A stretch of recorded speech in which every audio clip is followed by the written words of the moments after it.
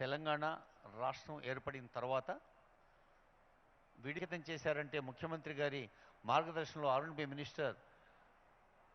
ప్రశాంత్ రెడ్డి గారు, ఆర్ఎండ్బి అధికారులు, సిబ్బంది, ఇంజనీర్లు అందరికి కూడా శుభాకాంక్ష అందించాల్సిన తరుణం అని తెలియచేస్తూ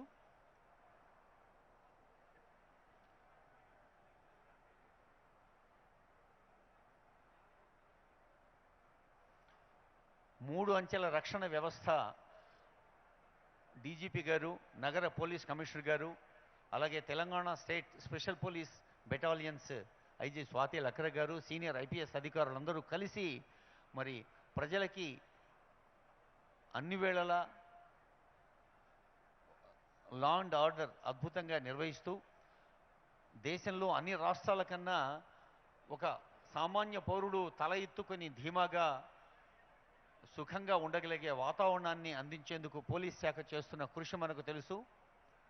మన ట్విన్ టవర్స్ శంకుస్థాపన సభలో అప్పటి డీజీపీ మహేందర్ రెడ్డి గారు అన్నారు, తెలంగాణ నుంచి అమెరికాకి ఇంతమంది అమ్మాయిలు కూడా వెళ్తున్నారంటే అక్కడి లా అండ్ ఆర్డర్ పట్టణ భవనానికి ప్రారంభోత్సవం సామాన్యుడికి తన నిత్య జీవితపు అవసరాల్ని ఒక అమ్మ తన పిల్లల ఆకలిని ఎలా తనకు తాను కనుక్కొని ఆ కుటుంబ అవసరాలు తీర్చేందుకు మాతృస్థానం అమ్మ ఎలా తన పాత్ర నిర్వర్తిస్తుందో మరి మన తెలంగాణ రాష్ట్ర ముఖ్యమంత్రి వర్యులు కూడా కేసీఆర్ కిట్ అంటే తల్లి గర్భంలో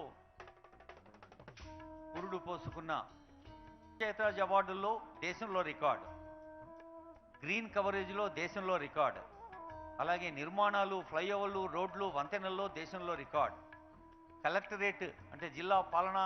భవనాల్లో దేశంలో రికార్డు, గురుకులాల్లో దేశంలో రికార్డు. ఇలా ఒక రాష్ట్రంలో దేశం గూర్చిన ప్రస్తావన తెలంగాణలో తప్ప బహుశా ఏ ఇతర రాష్ట్రంలో కూడా రాదు అంటే అతిశయోక్తి కాదు. అది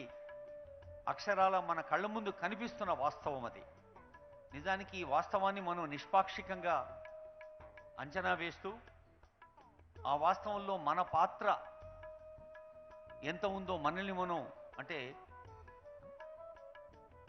హక్కుల గూర్చి కన్నా ముందు బాధ్యతల గురించి తెలుసుకోమన్నారు మహాత్మా గాంధీ. మన పాత్ర కూడా మనం ఎంతవరకు నిర్వర్తిస్తున్నామో ఒకసారి స్వయం ఆత్మపరిశీలన చేసుకొని తెలంగాణ